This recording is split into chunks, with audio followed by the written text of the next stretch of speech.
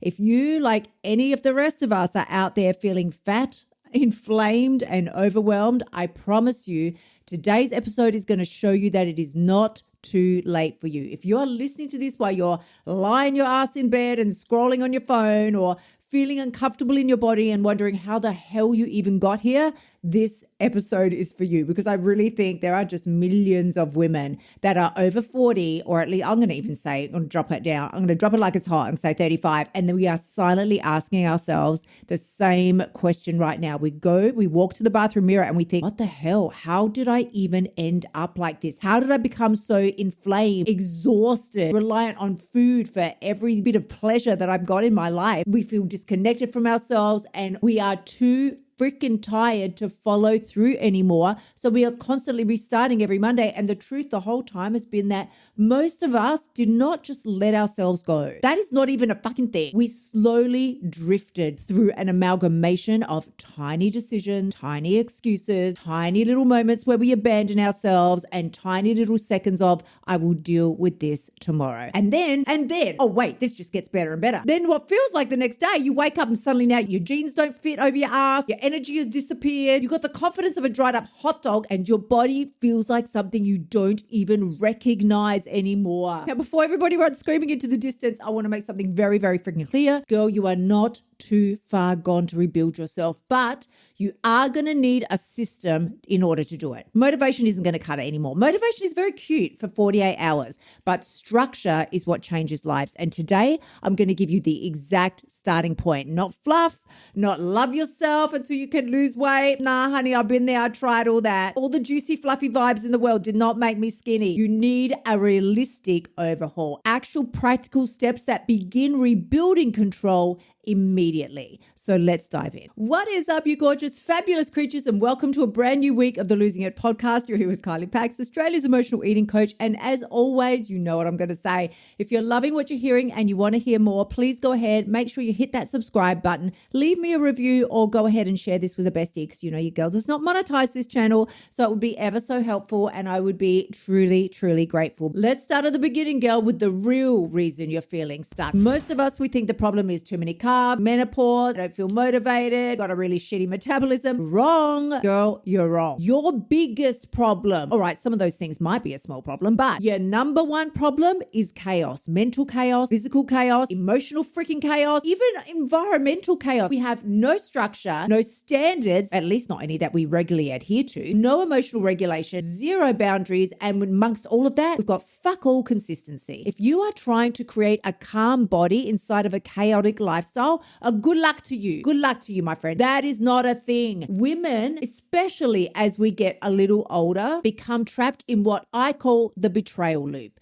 Y'all know this one very well. You promise yourself you're going to be good, then you get stressed, tired, overwhelmed, emotionally eat, feel guilty, say I'll start again on Monday, and we repeat this for 15 years. That loop destroys self-trust. And once you break your own trust, that is when you entirely stop believing in yourself. This is why so many of us women feel hopeless. It's not because we're overweight, it's the loss of personal authority. So let's look at step 2. You got to stop trying to fix your entire life overnight. I know it looks very cute on an Instagram reel, but that is also not a freaking thing. This is where we are consistently screwing ourselves over. We feel so uncomfortable in our body that we panic. Then we create some psychotic level of life reset plan with 6 a.m. ice baths, 75 supplements, no carbs, 10 workouts a day, meditation, celery juice. And then, of course, by Thursday, you're eating garlic bread in the car and crying outside of Coles. Honey, your nervous system cannot sustain extremes.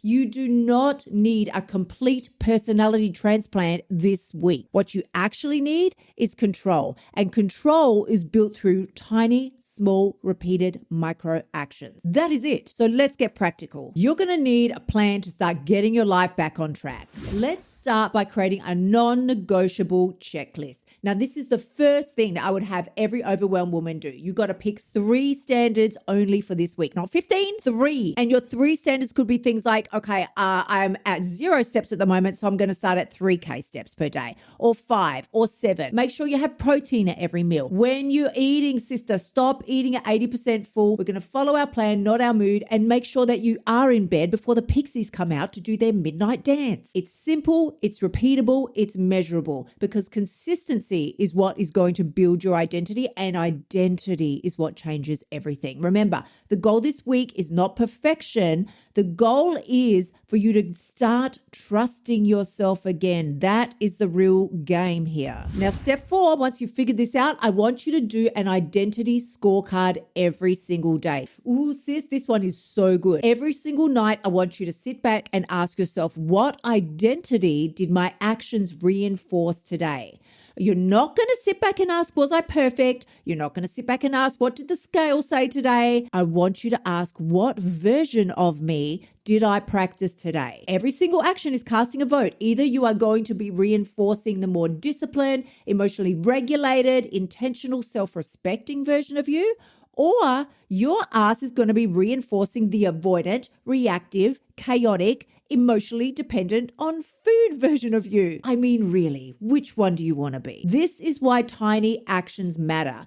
A woman is not going to become unrecognizable because of motivation. She becomes unrecognizable through micro repeated actions. You cannot think your way out of a problem that you behaved your way into. And that leads us straight into step number 5, which is stop saying I'm trying. Your language matters so much more than you realize. Women especially are constantly saying, I know I'm trying to lose weight. I'm trying to stop emotional eating. I'm trying to get healthy. But trying is you leaving the back door wide freaking open, no deadlocks, no padlocks. It keeps your identity weak as water. I want you to replace it with, I'm becoming the kind of woman who. So for example, you would say, I'm becoming the kind of woman who keeps promises to herself. I'm becoming the kind of woman who stops eating at 80% full. I'm becoming the kind of woman who is a badass and handles stress without eating 15 Snickers bars. How about that? Your language builds your identity and your brain is listening to every single word you say, which is why it is so important to move then into step number 6 and remove one source of chaos this week. Now, this is huge, huge, huge, huge. Your physical environment is either going to be helping you to regulate or it's going to be sending you into an emotional spiral every day. So for example, right now I am just on the tail end of another huge ass clean out inside of my house. I generally tackle an area every couple of months, and the one that I tackled this past weekend was the garage. Now, this is the place where shit that you don't know what to do with goes to die. So you can imagine what a mess my garage was. Well, it is now spick and freaking span. I mean, I could invite Better Homes and Gardens over just to examine how beautiful my garage is. Everything is in order. We have a whole new shelving system. I had cupboards installed. It's amazing. But that also meant that the things that no longer had a home in there had to either be thrown out, given away, or sold. Now, the throwing out part, that's easy. I put a whole heap of shit out on the sidewalk and most of it is now gone because it was good. It was actually really good stuff. I then bundled a whole heap of boxes into my son's car. I said, go off you go, sunshine. You can just toddle those off to the Goodwill. But I still have a bunch of gear in my home that actually Phil needs to sell.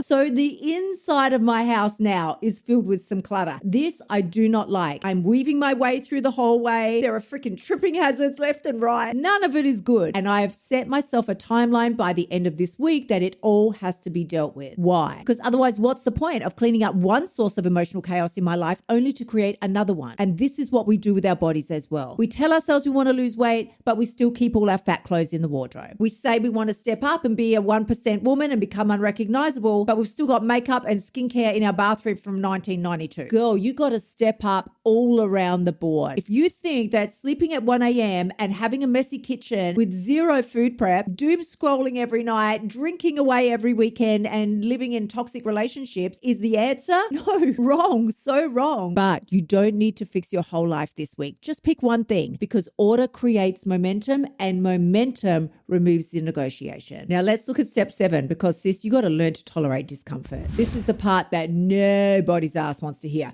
You are going to need to become better at feeling uncomfortable without immediately running and looking for an escape, because that is the whole ethos of emotional eating. It is nervous system panic relief. Food for us is not even about the flavor. It's about distraction, sedation, reward, comfort, escape. So now it's time to retrain your nervous system. This week, you're going to practice discomfort on purpose. What do I mean? That means sit with a craving for 5 or 10 minutes before you choose to react to it. Delay hitting the Uber Eats app. Go for that walk that you really don't want to go for. Right now in South Oz, it's pretty freaking cold. I don't want to go for a walk, but that's the exact reason why I need to go, because I don't want to. And I have to make sure that my subconscious understands I'm the boss, not my feelings, not my warm, cozy bed, me. So sit with discomfort on purpose, because every time you do it, you're rewiring yourself a little deeper. You're teaching your brain, I can survive discomfort without self-destructing.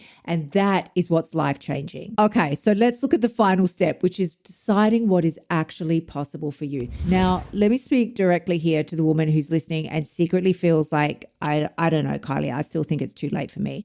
Girl, I promise you, it is not too late, but your old identity cannot come with you for the ride. That version of you who was constantly negotiating with herself, abandoning herself every day, making promises and then breaking them, reacting emotionally, waiting till she felt motivated, constantly stopping and starting. She is not welcome in the future that you want to create. And if you're starting to panic and thinking, but the freak, but who am I supposed to be if I'm not her? This is the beautiful thing. Your identity is trainable. Your brain is adaptable. Your habits are adaptable. Your nervous system is adaptable.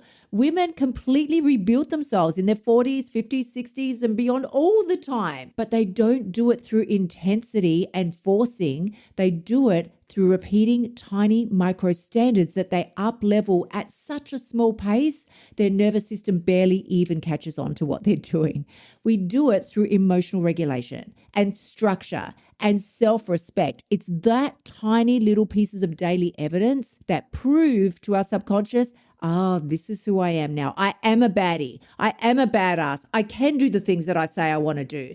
And that's how the change actually happens. So if you're sitting there today and you're feeling fat, inflamed, overwhelmed, exhausted, and disappointed in yourself, I need you to hear me really clearly when I say this. You don't need to become perfect this week. I don't want you to become perfect this week. What you need is to become consistent enough to start trusting yourself again, because that's where real transformation actually begins. It doesn't begin when you hit a rock bottom or you hit a new Monday. It happens at the moment that you finally say, I am so done with this BS. I am sick and tired of putting up with my own shit. And that is the moment when you can pivot and decide that you are worth more than what you're currently creating for yourself. Thank you so much for joining me here today. If this episode helped you, please send it to another woman who needs this conversation. And if you haven't already, please hit subscribe and leave a review, because that helps this message reach more women who are silently struggling behind closed doors. And remember, the only person who has the power to change your life is you. It's not too late. When you step up and decide that you do have time and you do deserve everything that you want, and not only do you deserve it, but you are fully capable of creating it, that is when you've got what it takes. It is time to stop negotiating with the life you say you want. I am sending you love. I can't wait to see you again next week. Until then, gorgeous ones, bye for now. Thank you so much for tuning in. Remember to shimmy your butt over to KyliePax.com and join me inside of the Bombshell Blueprint so you can stop emotional eating and start losing your way now. You'll also find helpful notes and resources inside my past podcasts that will help you lose your weight without losing your sanity. I will see you next week.